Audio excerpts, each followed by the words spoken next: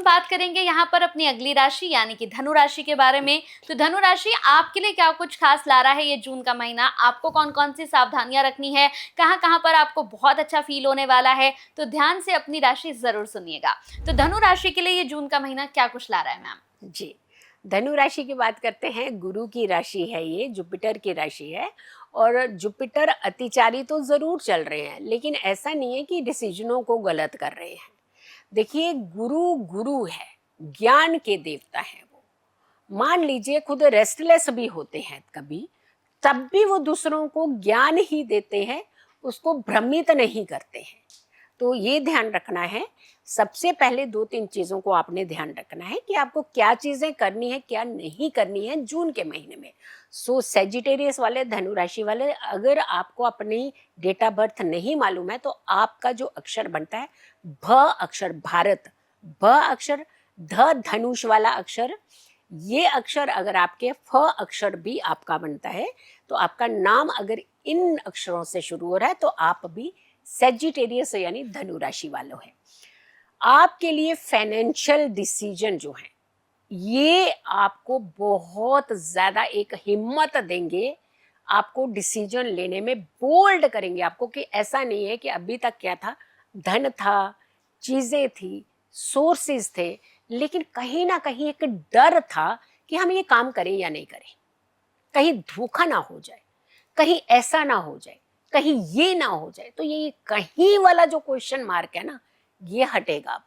यानी जून के महीने में आप एक बहुत अच्छे बोल्ड डिसीजन जो है वो ले पाएंगे, अपने कार्यों को कर पाएंगे, सक्षम होंगे आप अपने कार्यों को करने। बिल्कुल।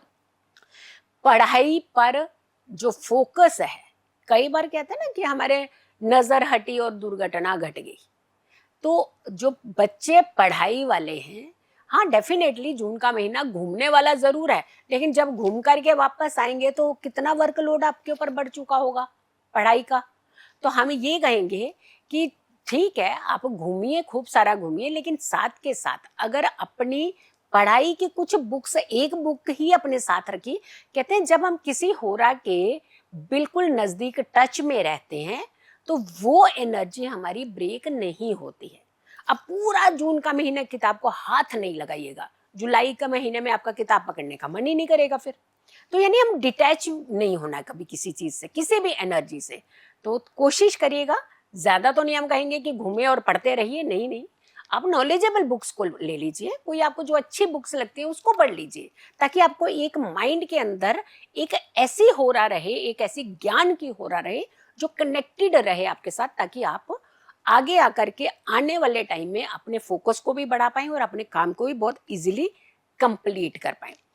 जिन लोगों को विवाह में दिक्कत आ रही थी, जिन लोगों को एक अच्छी अपॉर्चुनिटी नहीं मिल रही थी, अच्छे पार्टनर नहीं मिल पा रहे थे, या फिर जो पार्टनर मिल पा रहे थे वो कहीं ना कहीं उनके साथ एक अच्छा सेटलमेंट, एक बॉन्ड नहीं हो पा रहा था, तो ऐसे लोगों को जून के महीने में बहुत अच्छे प्रस्ताव आ सकते हैं शादी के। आप करिए, थोड़ा सा अपना ध्यान रुझान रखिए। कई बार हम कहते हैं ना कि सर्वगुण संपन्न हमें व्यक्ति चाहिए, चाहे गर्ल हो तो वो उनको बॉय चाहिए कि 100% परफेक्ट, लेकिन बॉयज को पूछते हैं तो कहते हैं गर्ल 100% परफेक्ट। देखिए 100% परफेक्ट तो भगवान है, फिर इंसान के अंदर कहीं ना कहीं कोई त्रुटि होती ही है। इंसान गलतियों का एक पुतला कहा जाता है। हम ये नहीं कह सकते कि किसी व्यक्ति से कोई गलती नहीं हो सकती, होती है। कईयों की रेशो थोड़ी कम, कईयों की रेशो थोड़ी ज्यादा। तो यहाँ ज्यादा रेशो वाले हैं तो उन्हें करेक्शन करने की जरूरत पड़ती है। तो यानी आपके लिए विवाह के प्रस्ताव आएंगे तो एकदम से बिना देखे सोचे समझे परखे बिना उसे रिजेक्शन में मत डालिएगा, बाद में फिर पछताएंगे कि हमने यहाँ गलती, यहाँ चूक कर दी। यानी उन रिश्तों को देखिएगा जरूर, परखने का प्रयास कीजिएगा। पार्टनरशिप अगर आप करने वाले हैं अपने बिजनेस में, चाहे भले ही आप स्टार्टअप ही क्यों ना खोलना चाह रहे हो, अगर ऐसा कुछ करने वाले हैं तो बड़ा अच्छा फायदा मिलने वाला है। पार्टनरशिप आप कर सकते हैं, तो धनु राशि वालों को तो इसका फायदा भी बहुत अच्छा मिलने वाला है। अगर हम बात करें कि आध्यात्मिक, बिल्कुल, बहुत सारे लोग हैं चाहते तो है पूजा करना लेकिन कर नहीं पाते हैं। भाई ऐसा क्या हुआ, आपने चाहा नहीं ना दिल से, अब दिल से चाह के तो देखिए। तो जब चाह होती है वही राह होती है।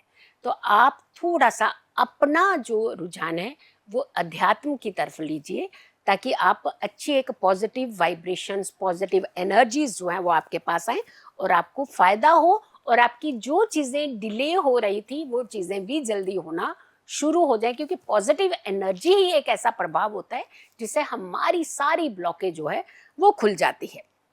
ट्रैवलिंग ज़्यादा हो सकती है आपकी इस महीने में, करिए, कोई दिक्कत नहीं, घबराने की ज़रूरत नहीं। उपाय क्या करना है आपने? सबसे पहले तो आपने किसी भी वृद्ध, जो हमारे ब्राह्मण हैं, पूजनीय ब्राह्मण हैं, लेकिन थोड़े एज के ज़्यादा हैं, आप उन्हें थर्सडे के दिन पीले वस्त्र और मिष्ठान ये ज़रूर दीजिएगा। किसी भी पूरे महीने में एक बार आप इस उपाय को ज़रूर करें और उनके चरण छू करके आशीर्वाद लीजिएगा। आजकल चरण भी हम कहते हैं नमस्ते, हेलो, ये कर रहे हैं। पहले ज़माने में चरण छुए जाते थे। ये वो हो रहा, वो एनर्जी होती है जिसे आप लाखों रुपए भी लगा देंगे ना एनर्जी क्रिएट करने में तो भी नहीं मिलेंगी। लेकिन जब आप किसी विद्वान के चरण छू करके आशीर्वाद लेते हैं तो आपकी खुद की एनर्जी बहुत पॉजिटिव होती है। आप ऐसा करिए, आप देखिएगा कि जून के महीने में बहुत बड़ा बदलाव सेजिटेरियस वालों के लिए, धनु राशि वालों के लिए होने वाला है।